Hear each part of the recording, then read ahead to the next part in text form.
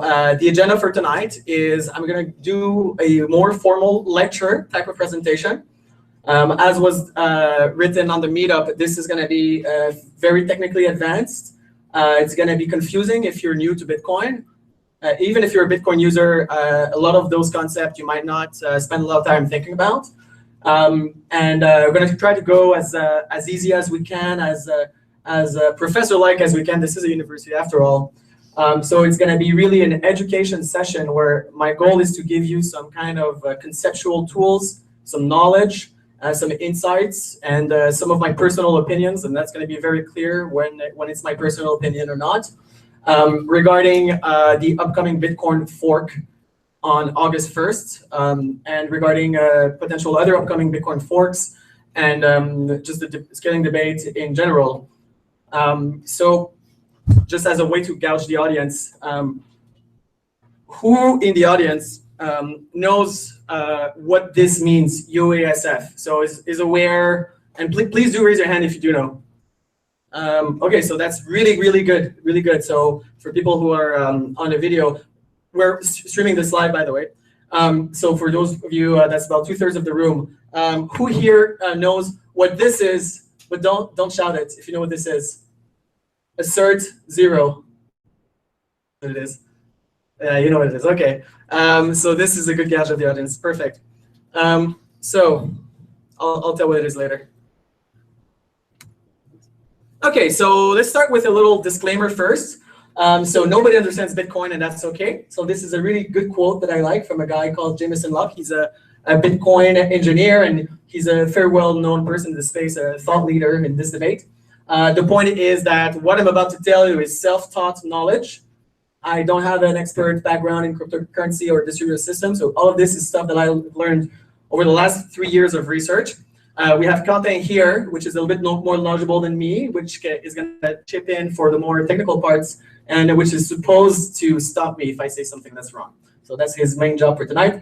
Why is Bitcoin so hard to understand? And specifically, we're going to be talking about Bitcoin protocol upgrade procedures and the Bitcoin scaling debate. So it's pretty, at the point where you're starting to talk about how the consensus works in Bitcoin and understanding that, you're already pretty deep in there. So it's hard because it's this nexus of a lot of different fields, which require knowledge from different fields, and also a certain frame of mind. So economic theory, monetary science, cryptography, game theory is usually the place where some people get lost. It's really not hard to grasp. Computer networking. It's a paradigm shift. The governance model of Bitcoin cannot be compared to anything that exists. Nakamoto consensus is not a democracy. It's not an autocracy. It's really hard because we don't have any kind of mental references. So at some point, people do get this aha moment, and people get it. I got it twice.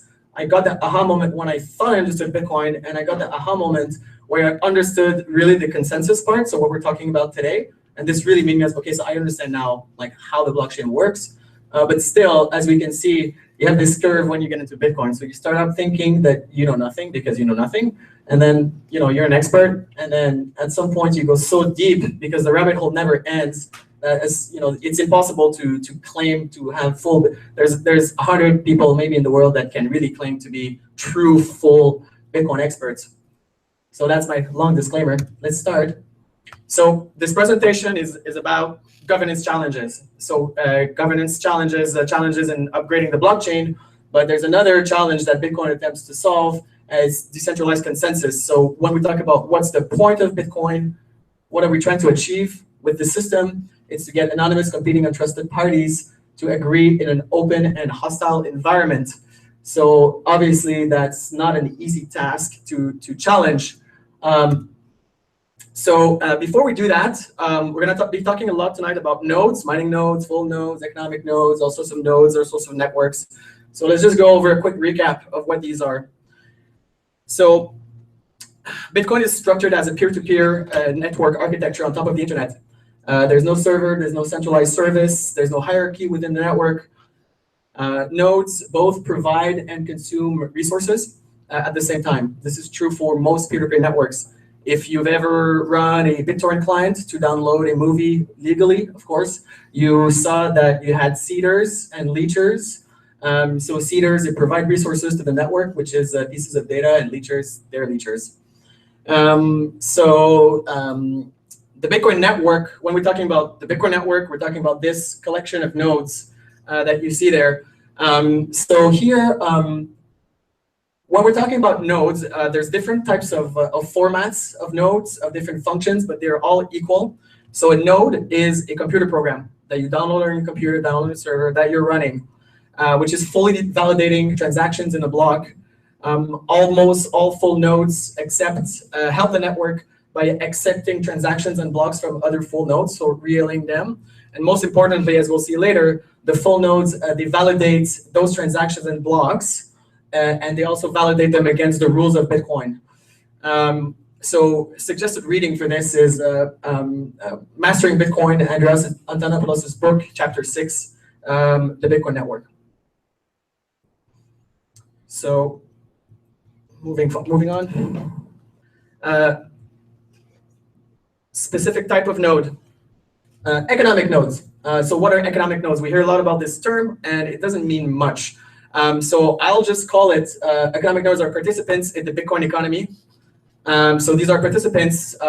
They can be individuals, like very large wealthy holders or traders and stuff like that.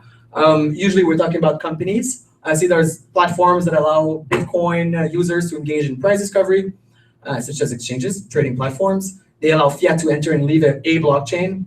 So they are the on-ramp, off-ramp, such as Bills, such as Coinbase, such as Glidera, all this stuff. The economic nodes, they provide the usefulness and value to a blockchain. So they can decrease, these nodes can decrease or increase demand for cryptocurrency as a direct result of their actions and policies. And those nodes are drivers of network effect. So these are institutions around which users will revolve. For instance, in the case of a big node, Coinbase, a lot of the users are kind of stuck in this ecosystem. They're revolving around that, and Coinbase drives the network effect of Bitcoin with that by using Bitcoin. So these economic nodes can also be delegated some responsibilities by Bitcoin users, as we'll see a bit later.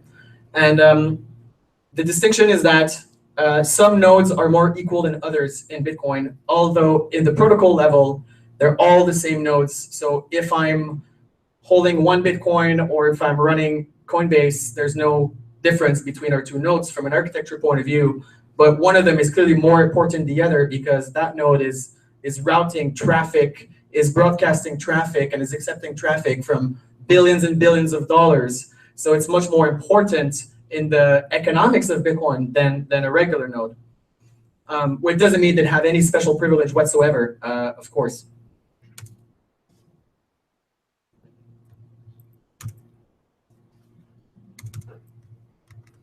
Excuse me? Okay. Okay, so delegated supernodes. This is oh, right, so a list of economic nodes. I'll just go through a list. Holders are really big economic nodes. So people that hold Bitcoin on a node and decide not to dump and decide not to sell, they give value to that blockchain. So holders are super important economic nodes. Exchanges, payment processors, and OTCs like Bitcoin ATMs and the off-ramp, on-ramp. For most of the users which don't know which chain they're transacting on, Bitcoin ATM operator is probably one of the most important players in this debate right now, because ultimately when someone goes to put cash in there, he's going to decide, which coins he's sending to that person and claiming to be Bitcoin. And the most important function of economic nodes, as far as I'm concerned, is determining which chain is Bitcoin, right? So if you're Kraken or Coinbase, your power is to say, well, this is Bitcoin and this is Bitcoin 2x, this is Bitcoin USF, this is legacy coin or not. So the brand name Bitcoin, ultimately the businesses that are selling Bitcoin and buying Bitcoin will be saying, well, I consider this to be Bitcoin or not. And there will be I guess, a market consensus that will spontaneously emerge around one definition or not, but it's very possible that two different jurisdictions, for example, we might see somewhere in Asia, somewhere in the West, where people have just different definitions of which chain is Bitcoin according to what the exchanges decide to do. So this is a term that doesn't exist in textbooks. I'm still trying to figure out how to frame it, But you can, some nodes are not economic nodes per se, but they're more important because a lot of users delegate crucial tasks to them. You can think of Mycelium wallet. That's not necessarily an economic node, it's just a wallet, but you are connecting to Mycelium's node, and you're delegating a lot of tasks to Mycelium, for example, the validation of the blocks and so forth. Blockchain.info, block explorers, these don't necessarily increase the fiat on-ramp, off-ramp of Bitcoin, but they are nonetheless more equal than others because, for example, if blockchain.info, the world's most used block explorer, decides to say that one chain is another, or decides to feed some information to the users, well, they have a big weight, although they're not necessarily an exchange.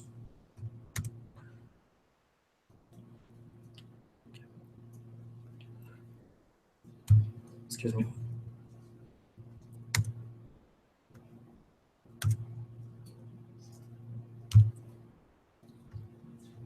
Sorry about that.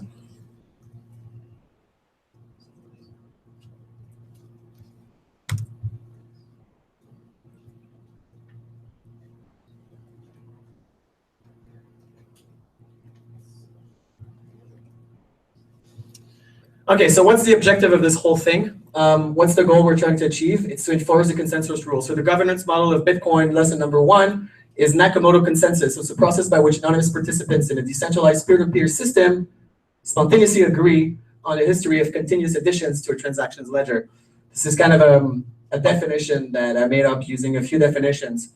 So it's a very interesting governance model because the goal is to agree on something, and we're interested parties, and there's this whole system by which we coordinate our actions in order to agree spontaneously on this thing without any coercion involved. So that's why it's relatively unique. And what's unique about Nakamoto consensus is that it works, right?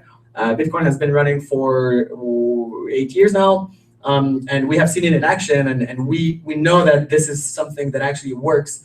So what Bitcoin does, the system does essentially, is we're channeling market forces and we're fostering competition with incentive structures built in directly in the cryptographic protocols. And we always assume that everyone will act out of self-interest. So the genius of Satoshi, one of the geniuses of Satoshi, was to make sure that the incentive structure was such that if people always act in their self-interest, they're always kind of entering this spontaneous order and cooperating. So it's a system of checks and balances, which ensures decentralization and open participation. So in the Bitcoin governance process, there's multiple stakeholders that all have a lot of skin in the game.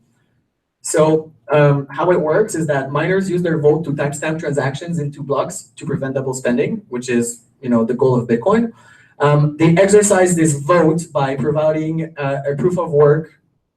So they prove that they did some work, which was derived from a very computationally expensive repetition of hashing functions, essentially.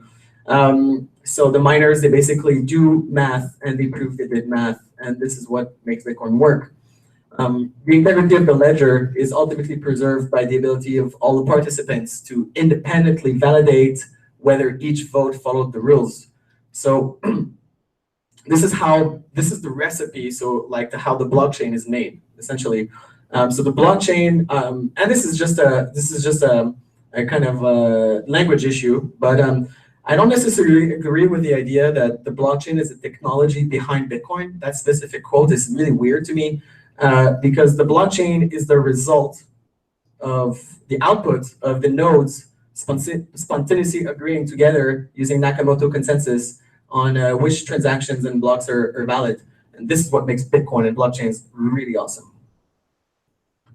Sorry. Okay, so we have governance challenges at Bitcoin, and it is introducing new features desired by users. So it's kind of a chicken and egg problem because we're using the consensus rules that we have to change the consensus rules that we have to determine how the future of the consensus is going to work. So a good analogy to upgrading Bitcoin is upgrading an aircraft in flight, because this aircraft is, Bitcoin is carrying about $40 billion of people's money, and if you want to, tweak it, you got to be aware that there's a significant amount of people that are depending on, their survival, right? So in the case, the passenger, right? And this is particularly true. We're going to be doing a case study today on a particularly change, which is proposed called SegWit. All right, so before we go into the contentious changes to Bitcoin, to talk about these, let's talk about the changes to Bitcoin that are not contentious, that are happening every time you upgrade your client. Because if you're using Bitcoin, you'll see that there's regular software updates. So this is done by a team called Bitcoin Core. So Bitcoin Core is a team which maintains and builds one client of Bitcoin called Bitcoin Core, which is called the reference implementation, because traditionally people always use the consensus rules of Bitcoin Core as the real consensus rules. So if you want to, Bitcoin Core is Bitcoin, is the direct descendant of the Satoshi Nakamoto client, and it is the official Bitcoin that we know today. So it's a team of, I'd say, more than 100 developers with about a 10, 15 core group, which is really active, with 3 maintainers that are very independent individuals. So Vladimir van der Laan, which basically decides at the end of the day what gets merged or not, with Jonas Schnelli and Marco Falk, with a group of other developers, which are kind of the wise scientists, masters of Bitcoin. And what's really interesting, if you look at open source development, specifically this, there is this institution of Bitcoin Core, which is the result of spontaneous collaboration. This emerged out of nowhere. At the beginning, nobody was really sure how they were going to organize themselves, but it emerged basically from the ground up. There's a strong culture around the respect of procedures. It's very conservative. These are custodians of the code, so they're very conservative people. They're mostly volunteers. Some of them are paid by their bosses, by their companies, basically, to work on Bitcoin, but most of them are volunteers. There is also a sense of values and ethics associated to Bitcoin, which tends towards decentralization, privacy, and censorship resistance. So obviously, Bitcoin Core as a team is, proven consistent delivery. They are the top blockchain experts in the world by a mile. Cross blockchains, they are the best in the world, this team. And they're kind of the informal scientific community, which is studying Bitcoin and testing different upgrades and so forth. So it's really, there's 2 difference, right? There's 2 different pieces. There is the wallet of Bitcoin Core, which is just a wallet, and there's many other implementations in Bitcoin. There's Bitcoin Core, and then there's some built on top of that, like Bitcore. There's libBitcoin, which is completely separate, which is not Bitcoin Core, but whose consensus rules are mirrored on Bitcoin Cores, so it works. Bitcoin, BTCD, Bitcoin Knots. And what's contentious and what creates potentially a split versus just upgrades, for example. New upgrades appear in Bitcoin all the time, which make propagating blocks more efficient, and which create a lot of efficiencies all the time. So these are not consensus criticals. They don't need to split. So what's consensus critical is basically changing essentially like what goes into the block, how the block is shaped, what kind of scripts we're putting in this block, kind of some core rules like the limit of coins. And any change, basically, it's not hard. It's not easy to describe exactly what defines consensus code. Not for me, but basically any change into like how the blockchain is built, not necessarily how your wallet behaves or broadcast blocks from one wallet to another. It's really like how the blockchain is crafted, like the recipe of the blockchain, basically. Okay, so. Assuming that, and this is a graph I did to kind of help everyone understand the changes in Bitcoin, how they work, and how I think they work, or how I think from at least a planning perspective. If I was gonna design Bitcoin, from what I have observed, this seems to be how it works. Okay, so the users usually start with requirements. This is not always true because the developers often know what the users will want in advance, and that's been pretty consistent. But normally, requirements for Bitcoin come from the users, right? So I want this, I want that, I want more privacy, I want more decentralization, I want lower fees. There's broad requirements that come from the users. And the users, they delegate the enforcement of this rules change. They want to change the rules, but they delegate this decision-making to the economic nodes, EN, that they're using, unless they are user nodes. So if you're a user and you run your own node, you're independent in this process. You're making your own choices. But if you're like most users and using a block explorer and using my Cilium Red wallet or anything like that, you're delegating that to either another node or server or a business, right? So the users, they communicate those requirements to the businesses that are trying to make money off of them. And that is the economic majority. Now, the economic majority will try to get a consensus around, okay, so are your users saying that? My users are saying that. Your users are saying that. So, okay, so we got a kind of a consensus that this is a requirement that's legit and that, has some, some potential to be implemented. And then the economic nodes are to consult the miners and the exchanges to do roundtables and all of that to get a feel, for what the priorities of Bitcoin should be. And then they would tell that to the Bitcoin Core teams. They will say, hey, Bitcoin Core, we want this, right? And Bitcoin Core will say, they'll first have this kind of, this is not how it happens, but conceptually, have this kind of checklist. So developers in Bitcoin Core, they're not going to propose a change that doesn't have a potential to have consensus. So they're going to look at the miners industry devs. They really like businesses to state their opinions, and they look at what users are saying, try to figure out if this is a good idea or not, if people want that.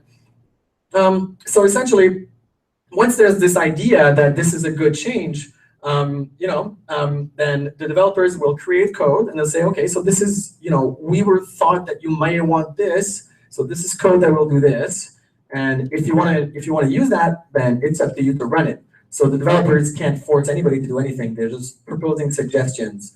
What we see here also is the economic nodes. They enforce the rules of Bitcoin by validating blocks because exchanges are nodes.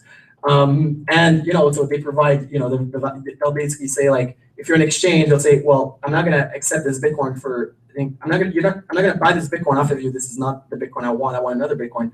So because it has different rules, you're on a different blockchain. So the economic nodes, they do that.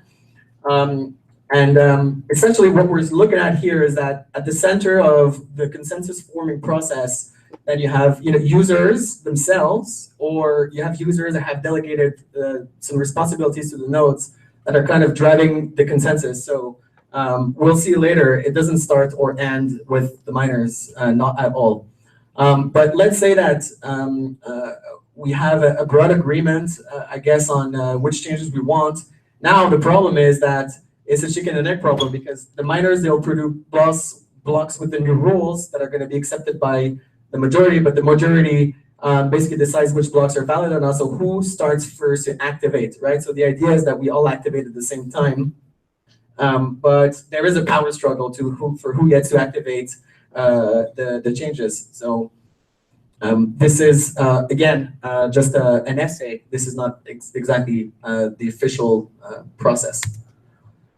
Okay, so let's talk about the current roadmap that we have in Bitcoin Core. So the broad requirements by the users, as I have observed them myself through my interactions with users: decentralization, open participation, so no KYC to go on the blockchain or Bitcoin or stuff like that. Security, stability, you want your Bitcoins to always be there. Privacy, censorship resistance, you don't want to be anybody who will be able to stop your transactions. Bitcoin and Bitcoin, people in Bitcoin want some smart contracts, which essentially means more advanced scripting language.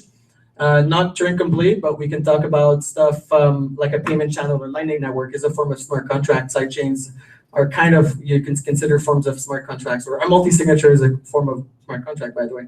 Second layer solutions, and recently, as we've seen, the users want low transaction fees. Not all users, but most users tend to be biased towards paying less money to the miners, and more transaction throughput, so more transactions per second.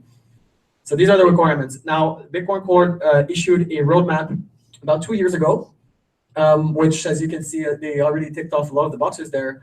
Let's go through that roadmap specifically. All right, so basically the roadmap has been signed by like 80 developers, 90 developers in Bitcoin Core. So it's not, a set of rules, it's just a kind of a priority list and general principles. So it's the official roadmap of Bitcoin Core, although obviously the specifics, there's no entity in Bitcoin Core. It's just a group of volunteers, so nobody decides. Step one is to optimize everything. So Bitcoin already works in a certain way. Let's make it better. Let's make the block relay better. Let's make the signature libraries better. Let's make sure we use less data. Let's make sure that it takes 6 hours instead of a week to download Bitcoin like they've done recently. Then step 2 is SegWit. We'll get into that later. SegWit is an architectural change to the way that Bitcoin transactions are crafted, transmitted, and stored. It's a soft fork. It's a non-intrusive change, and it opens up for a lot of possibilities. So this was, for the last 2 years, the item that is being blocked, or has been blocked recently, but this was the stepping stone of the scaling roadmap. SegWit is absolutely crucial for it. Step 3 in the official Bitcoin Core roadmap is potentially hard forks. There's already a lot of proposals by Bitcoin Core developers to do hard forks. One of them is specifically interesting, called Pouliot by Dr. Johnson Lau, a Bitcoin Core developer. So it's not true that Bitcoin Core is against hard forks or anything like that. It is on the official timeline. But at the same time, we're looking at this hard fork research and how we can make it happen, and specifically making a wish list. Because if you're going to hard fork, you may want a hard fork with a lot of stuff in there that needs to be fixed. Anyway, like some maintenance that needs to be done anyway, but that can only be done by a hard fork. Specifically, for example, the nonce area and the block header, that would be a hard fork, but it's kind of a trivial change that nobody would argue against. So this is the roadmap that was supposed to basically happen. So SegWit is on the roadmap, is number 2, and there's hard fork in number 3. So let's have a recap about what those things are. So in Bitcoin, in most blockchains, the way you introduce consensus level changes is either with a soft fork or a hard fork. This might be Bitcoin specific, or some altcoins based on Bitcoin do it like that as well. So very simply, it's actually not that hard to understand. Bitcoin soft fork is an upgrade mechanism, whereas the hard fork is a replacement mechanism. And we'll see that, for example, the soft fork, it adds rules or tightens them. So it doesn't, and you're basically making how the blockchain can be changed in a more restrictive, not exactly, you're basically making the rules more restrictive. Whereas in a hard fork, you're making the rules looser or you're removing them. For example, the block size limit in Bitcoin is the way that is determines how the block is created. So it's a consensus level change. And if basically you move the block size from 1 megabyte to 500 kilobytes, that would be a soft fork. But if you put it from 1 to 2, it's a hard fork because the rules are more loose.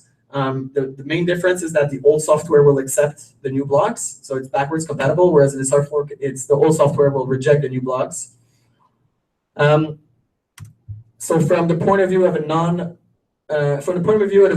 upgraded node, so a node that's done its business in a soft fork, the new rules are good and the old rules are bad. If you haven't upgraded and you're in a soft fork, well, all the rules are good, also the new ones. And if you're a non-upgraded node in a hard fork, then the new rules are bad and only the old rules are good, so you're rejecting the new changes if you haven't upgraded. Really important vocabulary distinction. A fork is not a chain split. A chain split is not necessarily a fork. Why?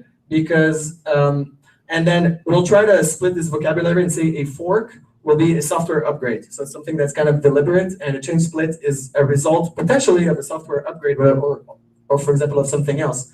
For example, you can soft fork Bitcoin and not have a chain split. And you can have a chain split without an upgrade. For example, it happened in Bitcoin Core 0.8 in 2013. There was a temporarily accidental split, but it wasn't because of a new software. It was just a bug, right? Okay, so let's get to SegWit because this is what we're fighting over. SegWit is an architectural change to Bitcoin. It's a software which is backwards compatible. We're not going to go too much into details, but basically what it does is that a Bitcoin transaction contains inputs and the signatures of all those inputs. So if you receive, for example, let's say you receive 51 Bitcoin transactions and you're spending 50 Bitcoin in one transactions, basically that transaction will have 50 signatures of all the inputs you received.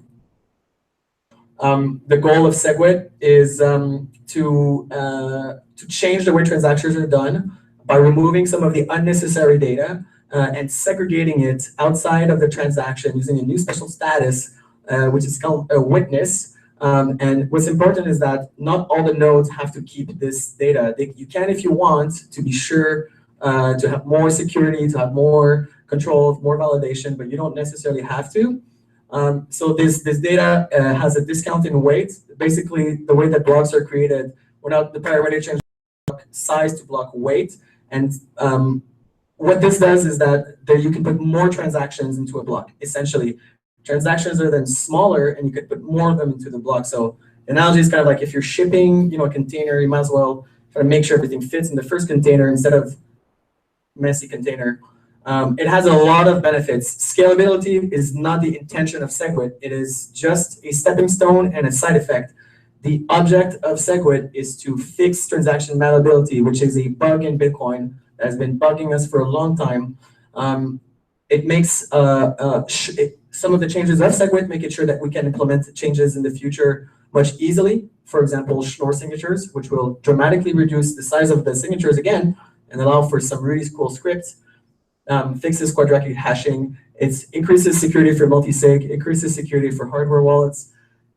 Pretty much everybody benefits in some way or another. It has a lot of good benefits.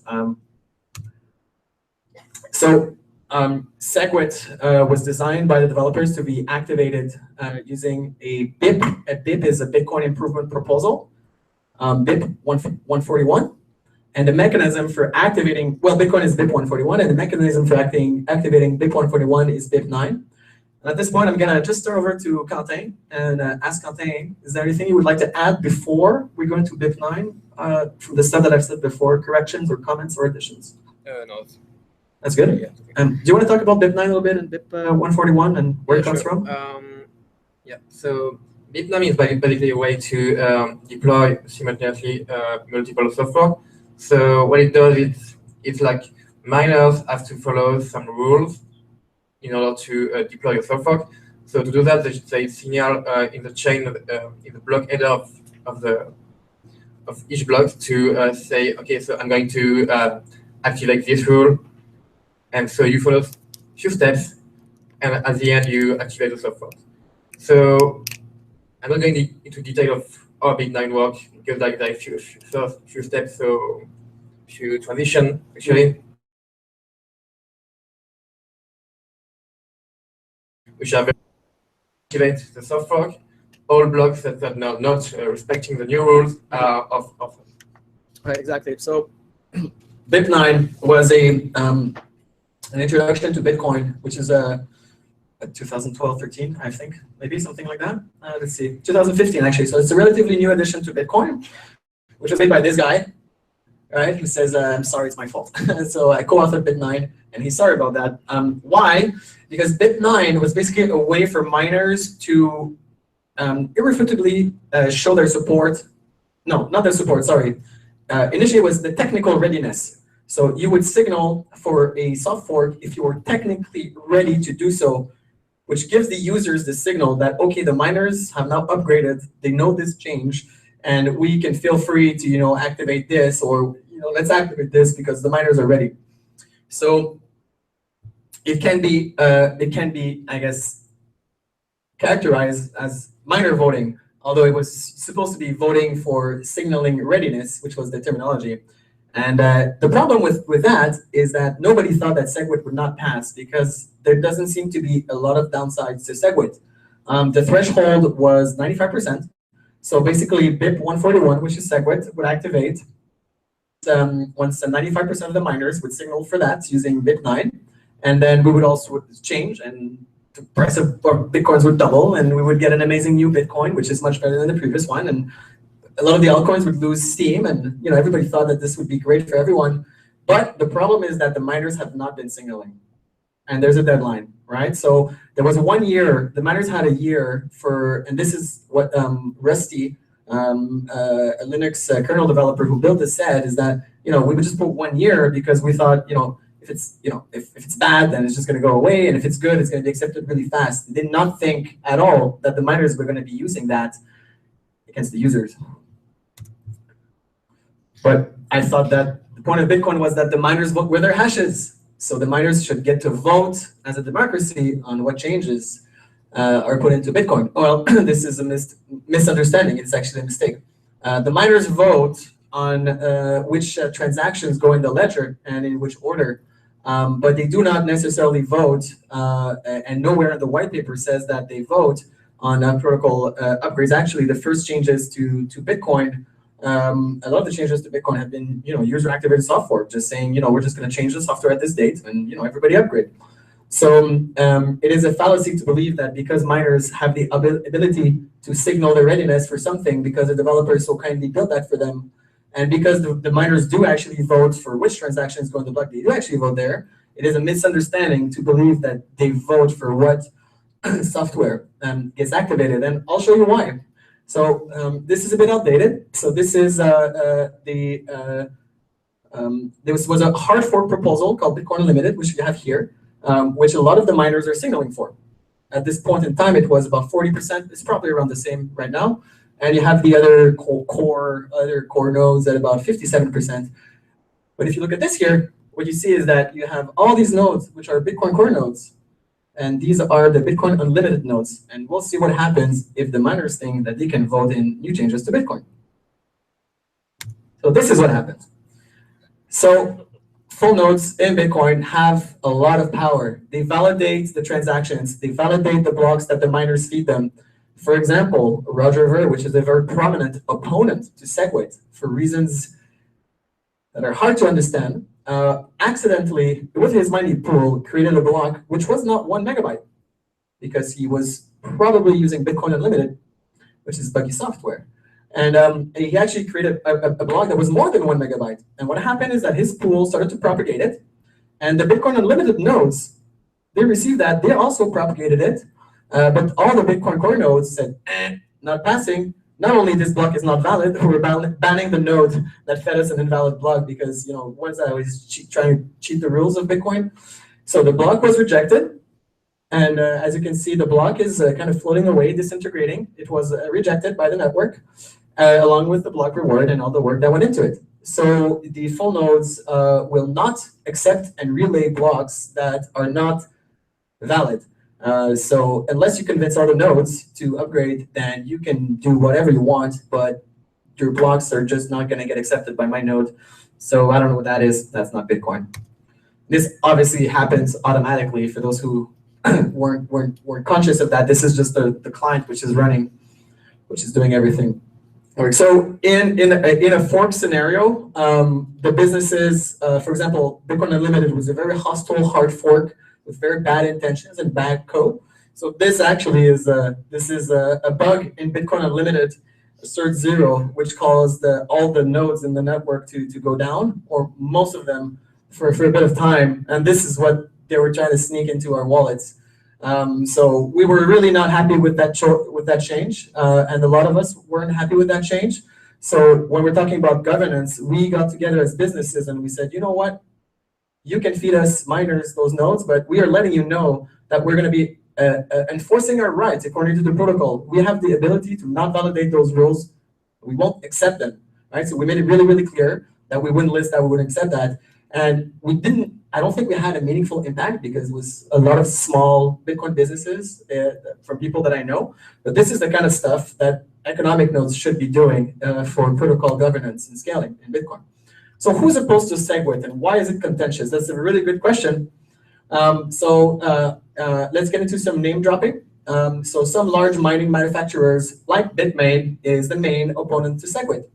Bitmain produces anywhere between 60, 70, 50% of all the hardware in the world for mining that we know of. We don't know that, but these are the claims.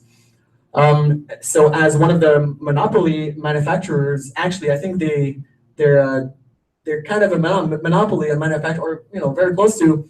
They have a lot of leverage over the miners themselves and over the pools. So some of the large mining pools, some of them are Bitmain, are run directly by Bitmain or as a known proxy. Some of them are believed to be run by Bitmain, but most of them are getting their equipment from Bitmain. Some large holders and investors and prominent personalities are against SegWit. Roger Ver is against SegWit. Roger Ver believes that if we get SegWit, he will lose his leverage to get bigger blocks. which is what he wants. And this is also the argument of Bitmain. And there's a lot of communities that are supposedly, there's a very active communities online that are, we can call them, some of them are trolls, some of them are genuine, but there's a lot of activity online for against SegWit, although as we'll see, this is not reflected at all in the businesses which all support SegWit. So why are they opposed to SegWit? Well, SegWit is kind of Bit9 is their only leverage. It's the only leverage they have, right? They're not supposed to be using that leverage, right? It's supposed to be kind of a formality, but they're using it as a leverage for other changes, bigger blocks. Why do they want bigger blocks? I don't know. Maybe they want more transactions. Maybe they want to centralize Bitcoin a bit more. Who's to say? Another potential reason is ASIC boost. That's very controversial. ASIC boost is, not going to go deep in that, but let's just say that some miners are believed to have secret advantages that are rendered useless with the advent of SegWit. So kind of a way to cheat, not necessarily cheating. There's a debate as to whether it's really cheating or not. But some miners might have a secret advantage, which kind of skews the game theory in that we weren't aware of before and we didn't plan for, that they would have a secret advantage that SegWit would stop. And that they have, for example, ASIC boost for, anyway, let's get that. And there's genuine opposition by some people who think, probably sure they're genuine. We're going to go a little bit faster. Right now. So rule of economic nodes, basically choosing which Bitcoin is the valid Bitcoin and putting some value into that. So almost everybody wants to stay on one chain. People can fork off of Bitcoin at any time. They can do so with the balancers or without the balancers. You can fork the code or the history. But we're fighting for the name of Bitcoin and for the network effect of Bitcoin. The people that really don't want SegWit to pass, for example, bought Bitcoin.com, whereas Bitcoin.org is Bitcoin Core. So you can see that this is a battle for the network effect, which is what it's about in blockchains generally. So a consensus failure is a governance failure. It's not good. It's really bad. The Ether fork was really bad. A lot of people lost a lot of money. Recently in Canada, an exchange lost $12 million as a result of the fork because of a problem with splitting up Bitcoin in Ethereum 1 year later. So that's something we really want to avoid. So there are fork proposals, some of which will lead to a split, some of which will not lead to a split. Okay, so this is the part where we get a little bit more into what's going to happen in the next few weeks. Now that we have all this context. So BIP 141, miner activated soft fork for SegWit at 95%. Everybody wants that to happen. Everybody wants that to happen except a very, very, very, very small minority. The miners have about 60 blocks, 50, 40 blocks left at this time, I think. Maybe not even. Is it even too late at this time? Right. So this has been an opportunity for them to activate SegWit for a year. And they have about 30 blocks left to do that. And if they don't do that in the next 30 blocks, which is pretty clear it's not going to happen, then we won't get SegWit before August 1st, that's for sure. BIP 91, it's basically similar to BIP 141, but it requires less activation threshold. And as we'll see later, this whole thing is getting kind of ridiculous and complicated. All the schemes that these people are doing and not to use BIP 141 are very strange and very heavy. But basically, BIP 91 is a way for SegWit 2x to be compatible with the existing signaling of BIP 141. If you don't know what that means, welcome to the club. BIP 148 UASF is the most important one, the one we're here today, because it will happen. It will happen on August 1st. There's no scenario in which the soft fork does not happen. That is a guarantee. Why? Because I will be using that client, so I will be forking off of, I will be doing a soft fork, so it will happen. I might be the only one, I'm not, but it will happen. At this point in time, so BIP 148, what it does, it's not, okay, we'll get to those later. SegWit 2x, so this is not part of Bitcoin Core, although it's based off of Bitcoin Core. This is Bitcoin Core. This is Bitcoin Core. This is kind of a patch after SegWit 2x, or at the same time was created. SegWit 2x is not Bitcoin Core. It's another client, and it's basically a bundle of a soft fork and a hard fork at the same time. It was rushed out as a response to the August 1st deadline arriving, and it was nobody really. There's a lot of speculation as to why, but it is a safe, face-saving move for a lot of people to kind of, accept that SegWit is happening in a way, but not accept that SegWit is happening by giving in to what they disagreed on and what they oppose. And Bitcoin ABC, we'll get to that a little bit later, which is the secret Bitcoin client prepared by Bitmain. It's not so secret. It's I think it's open. But in case the BIP 148 soft fork, sorry. No, I'm saying like it's secret mining. It's like Oh, yeah. So it's an open client, but they're going to use for secret mining. So if BIP 148 UASF is successful or is nearing success, we'll understand why in a minute. The Bitmain has decided to fork the chain. We'll understand why in just a moment. So this is the timeline. Thanks to Aaron van Weerden. Right? Aaron, if you're watching, thank you very much for this. So we are July 13th. Today is the deadline for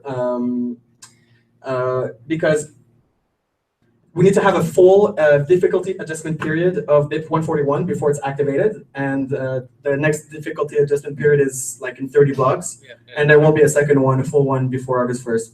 So that's, let's forget that, that's dead. Unfortunately, that was the easy way for everyone. So BTC1 is the SegWit 2x client, which is developed by Jeff Garzik. So this is kind of like a miner plus large business idea, which is rejected by the entirety of the Bitcoin Core team, and which is rejected by a lot of users vehemently, although a lot of the big businesses kind of got together in a kind of Bilderberg meeting and decided to do that, make that happen. But it's, it's a laudable effort, but so basically this client needs to start to be released tomorrow. And we don't have a lot of time because it needs to start tomorrow, and then on July 21st, after they've had 1 week supposedly to test, miners are supposed to implement BIP91. So start signaling basically for that 80% SegWit thing. And then potentially getting that locked in after 269 blocks. Yeah. And then getting that activated, potentially we get SegWit after another 336 blocks. Is that it? That's like 360, 100 hours. So it's like 600 blocks, I think, or something like that, right? And then, okay, so this is if we get that before the 1st of August, then there's no chain split. On August 1st, and the deadline for obviously this is already passed. On August 1st, we activate BIP 148, and what's going to happen at that time? What's going to happen on August 1st is that some users are running a client which is called the user activated soft fork client, and essentially what it does is that when we run this client, we will be rejecting the blocks of miners that do not signal BIP 141.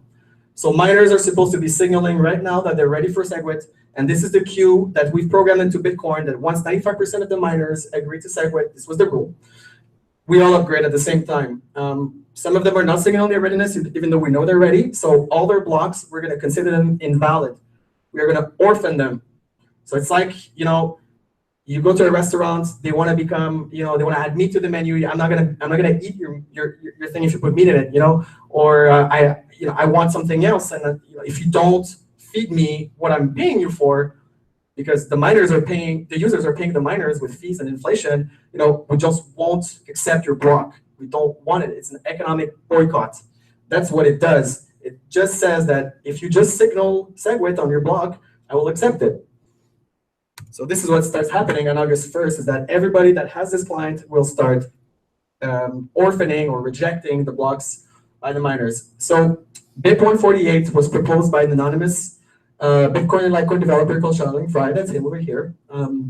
It allows users to require, so it's a tool that you can opt into, which requires miners to signal their readiness to implement segregated witness. And it doesn't mean that they have to run SegWit. It just means that they have to say that they're technically able to do so.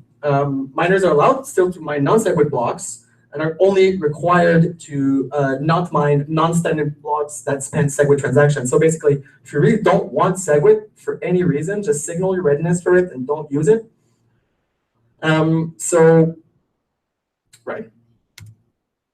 So the rationale is that the miners work for the users. We pay them with fees and inflation, as I just said, and they are essentially providing a service for us, and we want to be served better. We users, with our nodes, we validate the blocks and we check that the rules are valid. So Bitcoin for nodes and the users, we are responsible for enforcing the rules. BIP 148 is only an activation method. It's not like SegWit 2x. It's not like Bitcoin ABC is going to see. It's basically a way to activate BIP 141, which is SegWit. It's been tested by 2 years by the smartest people in the world. I kid you not, the team that work on SegWit is the greatest financial engineering effort probably of open source development ever, just SegWit. Maybe Bitcoin, obviously, when Satoshi did it by himself. Miners are maliciously, I believe, so disclaimer, this is starting to be my personal opinion now, I believe the miners are being malicious and acting Bit9 against the interests of the network, and to a degree which is previously unseen by an actor in Bitcoin. So the degree to which they are jeopardizing the progress of Bitcoin is really heavy. And it is a non-violent boycott system. You can't coerce anybody into doing anything. So it's a peaceful way for us to stop paying certain miners until they signal that they're ready to feed us the blocks that we asked for. So victory scenarios for BIP 148. So what would be a victory for us that are proposing or that are implementing and advocating for this change? Well, you know, if in the next few hours the miners activate BIP 141, that's a victory. There's no chain split. If miners lock in SegWit 2x this client, so if they lock in basically the BIP 91, right? And signal for BIP 141 as a result, because basically what's funny is that the BIP 91 is the same thing as BIP 148 in a way, because miners, that's when you achieve this 80% signaling of BIP 91, you don't get SegWit. You start to orphan blocks that are not signaling BIP 141. So it's this whole thing is really complicated for nothing. This was really easy to do. If we do get SegWit before and everybody's signaling this anyway, then it doesn't matter. If you're running a USF node and if this works, then nothing happens. There's no chain split. If some miners go on the BIP 148 chain, after 100 blocks, because the miners cannot spend a block for 100 blocks. After 100 blocks, if a miner finds a BIP 148 block, the chain will split. A victory scenario would be that at an increasing rate, the miners will start to mine the USF chain until we reach over 51% consistently, up to 60% there, which would lead to either no split or a quick reorg. We'll get to that. A quick reorg of the legacy chain with some user loss of funds, not the BIP 148 users, the ones that didn't upgrade and were transacting as usual. But ideally, if it's fast, a few hours, and it's not a huge deal. A pyrrhic victory, so a victory for SegWit, but to the detriment, kind of like spiting your face, cutting your nose to spite your face kind of thing, is that the BIP 148 chain gets consistent 60% after a few days or a few weeks, not a few hours. And I'll tell you what reorg means. It'll make more sense. And in which case, the legacy chain is reorged into, the legacy chain is the people that are running Bitcoin Core and not the USF chain. So the people that just stayed on the old chain and didn't upgrade. After a few days, there will be a reorg. That means that, as we'll see, there's going to be severe loss of funds for a lot of users. So that's a very sad victory indeed. The failure scenarios, I'll actually go to the reorg right now. It's going to make more sense. A reorg is a chain. A reorganization is when a Bitcoin client, so the software that you're running, it discovers a new longest chain with valid rules. So the rule in Bitcoin is that your client will always follow the longest valid chain. But what happens if, poof, out of nowhere, your client discovers a new longest valid chain? Well, that's because the UASF chain, if it gets longer, because it's a soft fork, and the rules are stricter, it is valid. So if the BIP 148 chain gets longer than the legacy chain, then all of the clients can be like, well, I'm going to switch over to this chain. And all the transactions that happened on the legacy chain before. So, I'll get this very simple. This is the legacy chain. And then these miners start building on top of the legacy chain, but we on the BIP 148 chain, we start building some other blocks, and this one gets always longer, longer, longer. But at this point, this one will get longer, and all of this transaction history will disappear. And this is a one-way deal. That means that the BIP 148 chain cannot disappear. Only the legacy chain can disappear. So this is a huge impact on obviously the game theory elements of this protocol upgrade. And this is what you need to fear the most. What you need to fear is you need to fear that you've transacted on this side and that it disappears after. This is the worst scenario that can happen to you. Yeah, so the blocks that contained your transactions that you saw confirmed on your client will disappear. Ergo, your transaction will also disappear. And yeah, you lost that money. So from a miner point of view, I'll go back a little bit. Yeah, I had went very close. So a failure scenario is that users, they don't actively adopt BIP 148, and neither do businesses and miners. And in that case, the blocks would not confirm. There would be no miners. There would be no economic activity, and it would just die. But in that case, most businesses like mine, we would just say, well, we tried, we failed, we'll try again, and we'll go back to the legacy chain. Where it gets, it's kind of an all or nothing scenario. Where it gets really interesting is that if the miners adopt BIP 148 with less than 13% hash rate, and right now the problem is we don't know because miners have no way to signal. They can signal BIP 148, but we don't know exactly. I think there's like 1% now that are signaling or something, but we might be surprised. But if we get 13% of BIP 148 miners, because BIP 148 only activates BIP 141, and BIP 141 has a deadline on November 15th, if we get lower than 13% hash rate just using math, we know that because the difficulty adjustment is going to come in such a long time that we're not going to be able to do it in time for November 15th. So this is the magic number in which this just expires and it's just nothing, it's no longer good. Oh,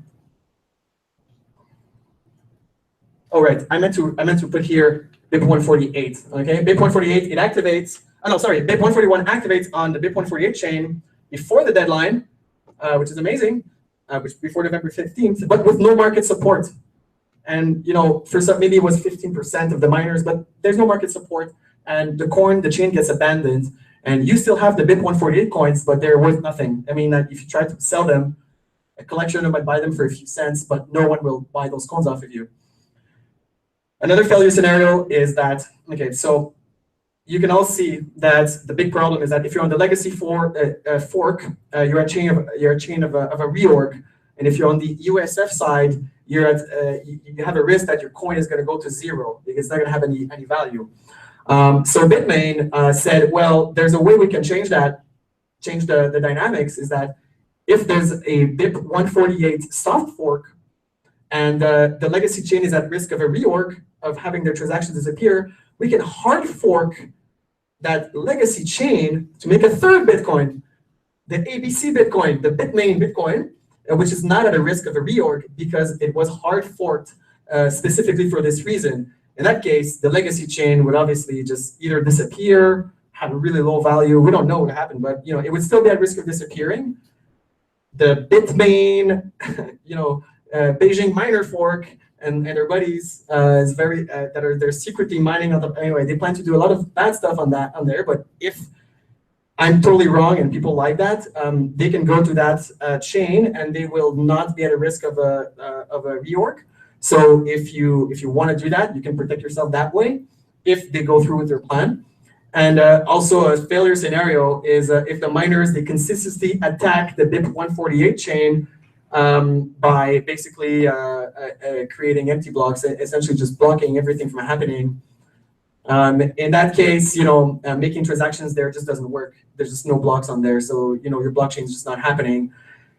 And in that case, you abandon BIP 148, or the nuclear option is that, I will say right now, I personally do not condone this, and I don't consider that to be a viable option, and I would not do that. But it is an option, is that if the Bitcoin ABC Bitmain group attacks the BIP 148 chain, the BIP 148 ecosystem can decide to resist and push a change of proof of work on that chain with a hard fork that would immediately render useless all of Bitmain's miners, and you could only mine Bitcoin with another hashing algorithm, which doesn't work for anyone's miners, but this is true for all of the miners. So all the miners would lose their millions of dollars of investment that they invested in to secure the blockchain, and it would irrevocably fork BIP 148 as not Bitcoin. Obviously, it would become an altcoin. It would become some kind of Litecoin or something, but that has a shared history with Bitcoin before the fork. So from the miner's point of view, if we're trying to be empathic here, and we're going over time, I'm sorry, everyone. From the miner's point of view, this could be considered an attack because it doesn't force anyone to do anything, but it does put you in front of an ultimatum. And people are boycotting your product for reasons. So I mean, it can be construed as an attack, although that's how Bitcoin works. Some miners may want to take the opportunity and profit because miners compete within each other. Miners are users. Miners are not this abstract. I'm a miner. Tom's a miner, or trying to be a miner. So we're all, a lot of those are miners, but some miners might want to, take the opportunity to upset the balance of power. They've always been on the losing end, and Bitmain's always been on the winning end. So they might want to, switch over to USF right away. What if a few big mining pools, called each other and said, let's do this. Let's make Bitmain lose some money and let's make some money at the same time. So miners can choose to permanently fork the legacy chain, and they can choose to attack the USF. So they have a lot of options. Everybody has a lot of options. So chain spread scenarios and strategies. Very big disclaimer. I am just someone which is researching this just like you guys. So this is not a recommendation. None of this is a recommendation, by the way. There is endorsement of this thing by myself, but I don't recommend necessarily, don't act based on my recommendation. Do your own research. But okay, so practical tips. First things first is get all the Bitcoins on a wallet you control, where only you have access to the private keys. This is more important than ever because if your Bitcoins are on Coinbase, Coinbase will decide for you what happens. Make sure you're able to detect the chain that you're on, that you have access to some tools that can tell you if you received a BIP 148 Bitcoin or a legacy Bitcoin. And it just so happens that I built one for you guys with the help of the magnificent Francis Brunel, which is somewhere in this room. Please raise your hand. No. Francis Brunel is a local developer. He built that for us. So if you go to uasf-explorer.satoshiport.com, this is a UASF Bitcoin block explorer. It will only detect transactions on this chain and not on the legacy chain. And you can use a regular block explorer for that. You can choose to connect to a specific node. Obviously, run your own node if you can, but you can choose to connect to a specific node that you trust will remain on the USF chain. So the best way to know, for example, I'm running two nodes, a legacy and a USF node. I'm running an Electrum server, which if you have Electrum, all you have to do is go into settings. You can connect to my server if you trust me. What you'll see is this thing. You'll see a PGP signed message from me saying I promise, pinky swear, to leave it on the UASF chain, although this is not standard practice. You don't want to trust me, but if you can't run your own server and you want to use Electrum, I mean, you can, if you want to trust me, this is a signed message from me. You can connect, you can use your regular wallets like Samurai Bread Wallet, Bitcoin for Android, and connect to an IP node. Just select an IP of a node that you know is running USF, yourself or a buddy of yours. So this is like if you have Airbits, you can select my Electrum server in Airbits, and then you will be on the USF chain, so electrum.satoshiport.com. If you look at, but just run your own node if you really want to be sure. So these are practical tips. So strategies, risk averse, hold your coins, do nothing. If you hold your coins and you do nothing, you do not transact while there is a chain split, you have no chance to lose at least one of the two chains. The winning side is Bitcoins. You will, once one side wins, you will have your balance intact on that side. So wait to see where the wind blows. Wait for the chain split to stop, for there to be a reorg, or for one to go to zero. But be aware that there will always be a reorg risk forever, unless there's a hard fork on the legacy chain. So really, if you hold your coins, you do not transact, you're good. So if you want to just wait this one out, there's a business in Canada called Coin Cards, and they said we haven't had a vacation in years. Taking a vacation in August 1st for a week. No problem with that. Moderate strategy, moderate risk. You can split your coins when the chain occurs, when the chain split occurs. And you can sell your legacy Bitcoins, the ones that you had before, for fiat, and keep that in. And this is always depending on the price of Bitcoin, right? This changes according to the price of Bitcoin. But you can sell your Bitcoins for fiat and keep them and keep them in fiat, right? So if you had 10 grand worth of Bitcoin, say the price doesn't drop, it will, but let's say it doesn't drop that much. You have 9 grand worth of Bitcoin or whatever. You get that 9 grand and you just keep it in fiat. But you keep the BIP 148 coins because you basically got them for free. You don't transact more, don't do anything. You wait to see what happens. And either you buy back the legacy chain if it wins with the fiat you have, or you double down. You basically double your Bitcoins. And you double down with the fiat you got, and you buy the BIP 148 Bitcoins that are now the official Bitcoin. However, be aware that if there is one side losing and one side winning, it will happen in a snowballing effect. So the price at which you can sell your legacy coin, basically, if there's a rework about to happen, the price of the legacy coin will gradually tend towards zero, as inevitably the transactions happen to disappear, as less and less people will want to buy it unless they don't know what's happening, or they just, you know. If you want to do that, like for this technique, like if you want to be sure, like you have to keep your Bitcoin on a transaction place, like to exchange for sure, because probably they will disable deposit on August 1st. So you can opt to give the exchange the choice to decide how they manage the split for you, but you need to make sure that the exchange has a policy which specifically says how they will split and like how it's gonna work. Because if they don't have a specific policy before, they're just gonna choose whatever is worse between, you know, reputational loss and just closing down if they lose your money. So you can do that. You can leave them on an exchange, but in that case, you are, you know, you have less chance to screw up, but you're powerless as to the exchange's decision. So this is a way to hedge yourself essentially, and possibly to profit. So there's two very risky options. So you can try to sell your BIP 148 coins to some company like Bills. Bills will be accepting BIP 148 coins. It's one of the few big businesses that will do that. You can spend only your BIP 148 coins, convince it's never going to work, dump them to someone you think is an idiot, and you can buy some legacy coins with the BIP 140 coins that you just made, and then you can double your legacy coins, which are still at risk of a reorg.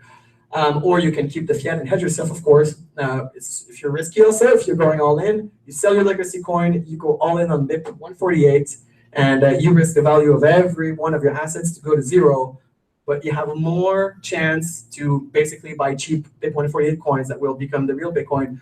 This is the way you would make the most money if you were going to be very, very risky, but also, you know, you risk everything going to zero. I personally will be using probably the moderate strategy. This is not an endorsement. This is just a statement of fact. Okay, how to split the coins? There's not a lot of tools available. Actually, there's minimal amount of tools available. You can probably do it if with Bitcoin USF and Bitcoin Core running. Hopefully, Electrum, which is one of the best wallets in the space, the best light wallet in the space. They're supposed to, in the 2.9 release, which is called Independence for a reason, you will have the ability to specifically select on which chain you're transacting automatically. Because normally what you need to do is you need to commit one coin to one blockchain to avoid a replay type. Because if you spend, for example, on the legacy chain, that transaction will be replayed on any chain where that transaction is, you know, relayed. So you want to stop this replay protection. I know this is a bit complicated, but basically, if you spend Bitcoins, you can basically send on both chains at the same time. And, you know, you don't want to do that because you want to, you know, at least get a chance to, you know, to choose which one you're sending. So basically, if you send a transaction on the BIP 148 chain, it will only be seen on the BIP 148 chain. You can send it to yourself, right? And in that case, because the legacy chain will not have seen it, it won't be in that blockchain. So your Bitcoins, your BIP 148 Bitcoins, could be consecrated once they're confirmed on that chain, but this requires a confirmation. So this is very hard, and the software's not out, and I haven't checked it out yet. So you can email me if you want to do this. I will be doing one group session where we will be splitting coins, but I can't do that. I can't explain that here. I'm very sorry. What's the likelihood it's going to happen? It's extremely hard to gauge. A lot of people are very loudly supporting, like myself. A lot of people are quiet, so we don't know. It's kind of a poker game, and we're the last river card, and we've been bluffing for a long time, and now it's just reveal. There's nothing else than reveal. For sure, a lot of transactions will happen on Electrum, on the BIP148 chain. That will happen because if you're using Electrum and you're not careful, you might be randomly connecting to my node and transacting on the BIP148 chain if you don't want to. Trezor offers the option. Samurai Wallet offers the option by default, I think. So if you use Samurai Wallet, make sure you are aware you're using the BIP148 chain by default. Sorry, Samurai, if this is incorrect. People should check that. And there's almost 1,000 nodes that are running Bitcoin UASF. This is the list of developers that are supporting BIP148, which didn't pass. BIP141, this is BIP148. So these are Bitcoin Core developers. So second best in terms of consensus. This is the amount of developers which are accepting the Segwit 2x proposal. No. And these are some of the businesses that are accepting or not one of these proposals. So there's not a lot of businesses that are signed up for this. There's a lot of developers that are signed up for this. So this is the amount of nodes singling UASF. So as you can see now, it's about 1,000. At Bills, so this meetup is sponsored by my startup Bills. So Bills, we will be accepting BIP148 coins only after the chain split. We will not be accepting your coins that are vulnerable to reorg. I don't want them. I may offer to buy them at a discounted price, for example, 10% of the price of Bitcoin at the time. And I reserve the right to stop accepting BIP148 coins at any time, which is what any exchange should do to abandon a losing chain if it's what it's at the moment. Don't send us legacy Bitcoins. I still haven't decided if I'm going to be buying them off at a fixed like 10% of the Bitcoin price rate or just keep them or refund them. But don't send me legacy Bitcoins, please. I don't want to deal with that. And if the USF chain does not work, we will abandon it. Hopefully, we'll be the last ones to abandon it since we staked a lot in promoting this. And we'll try again with BIP149, which is yet another proposal in the future. So on this, it's been almost an hour and a half. I'm really sorry we went over time. I hope this was educational or informational. We will take some questions, but questions only about this presentation, please. So about scaling and Bitcoin USF and so forth. So after, I'll hand you the mic. Thank you. Sorry? So thank you guys for your attention. So we're gonna have maybe a 10-minute Q&A because it was a little bit longer. Just for it, so we have about 350 or 400 people online. Oh, nice. So we might take, actually, if you guys want to get involved, maybe to ask a question, and maybe Quentin or someone can. Okay. Yeah. Let's just keep it. Yeah. Okay, so two questions, 2-3 questions. 2-3 questions. This is the time. A quick question. Yeah. Is for wallets such as Mycelium, is that option available to choose which IP we want to connect? I don't think so. I think I should check that. Usually it's in the settings. You can use Airbits. You can use Samurai Wallet to choose your node. Green address, you can choose your node. Red Wallet now just made it available. A few of those ones. And it's really just switch your balance from Mycelium to another one if you want to select. It's not a problem. Jamie. Yeah, I can just share. So if you want to be the most conservative possible, stick your shit on Electrum and then don't touch it until November 15th. Well, not even Electrum. Just hold your private keys and don't transact until the chain split has been resolved or until you're sufficiently confident that one chain has no chance ever, the BIP148 chain has no chance whatsoever of getting reorged. I don't want to give specific times, but after a week or two, like all of this should have blown over. And if it hasn't, then we're in from something really nasty, whether a hard fork, whether a really nasty reorg or something like that. So, yeah. There's no date. You just wait for the split to be over, or I'll probably be announcing, what I'm doing at some point. It'll be obvious. It will be obvious at some point, yeah. So Bitcoin.org also, they got their network status. Oh, great, perfect. Thank you very much. So check bitcoin.org for the network status to be aware of what's going on. Yes, sir. Yeah, that may sound a bit weird question, but as a user, how do I support ASF? So That's a great question. If you want to support UASF, I suggest you, if you're able to, running an Electrum server, that's great. You can run a node. Yeah, you can run a node. You can run a full node. Run a full node, that's the minimum. Run a full node that you're using, because if you're not using that full node and it's just standing there reeling, that's still good. It's still good, but you're not getting the full benefits. You can write to your exchange and ask them what their policy is. If you support it, tell them to list at least both so people can speculate and miners can make a good decision on which chain to follow, right? Because we need to have the two prices competing for miners to be able to make their decision. That's pretty much it. Yeah. On Twitter, on social media, promote it and say that, just tell people that you're going to do it, because we don't know who's doing it until that day where we reveal. So if we put ourselves out there, we give confidence to other people. I don't know if someone's ever seen that video where there's a guy dancing alone for like a minute, and then people start to dance around him and dance around him. Well, this is what's happening, right? So you need to go out there and start dancing and show people that, you know, you're with the flow, and other people will join. Yeah, just like you have to install an enforcing BIP 148 full node, because so you can go to usf.co or bitcoinusf.org to get that. Or bitcoinusf.org is That's the OpenShift. Yeah. okay. Yeah. So Yeah. still good. Still good. Okay, last question, guys. Yes. So, what's the possibility at percentage? Do you think the chain gonna be split in August 1st? Excellent question. We still don't know what's going to happen because a lot of this depends on whether or not the SegWit 2x camp delivers the code in time and has it and works, and it's tested for a week, and then 80% of people run that, the miners run that, they activate the BIP 141, no, they activate BIP 91, sorry. And if that happens, there's no chain split. That's the wild card. But you will know it by July 29. Yeah.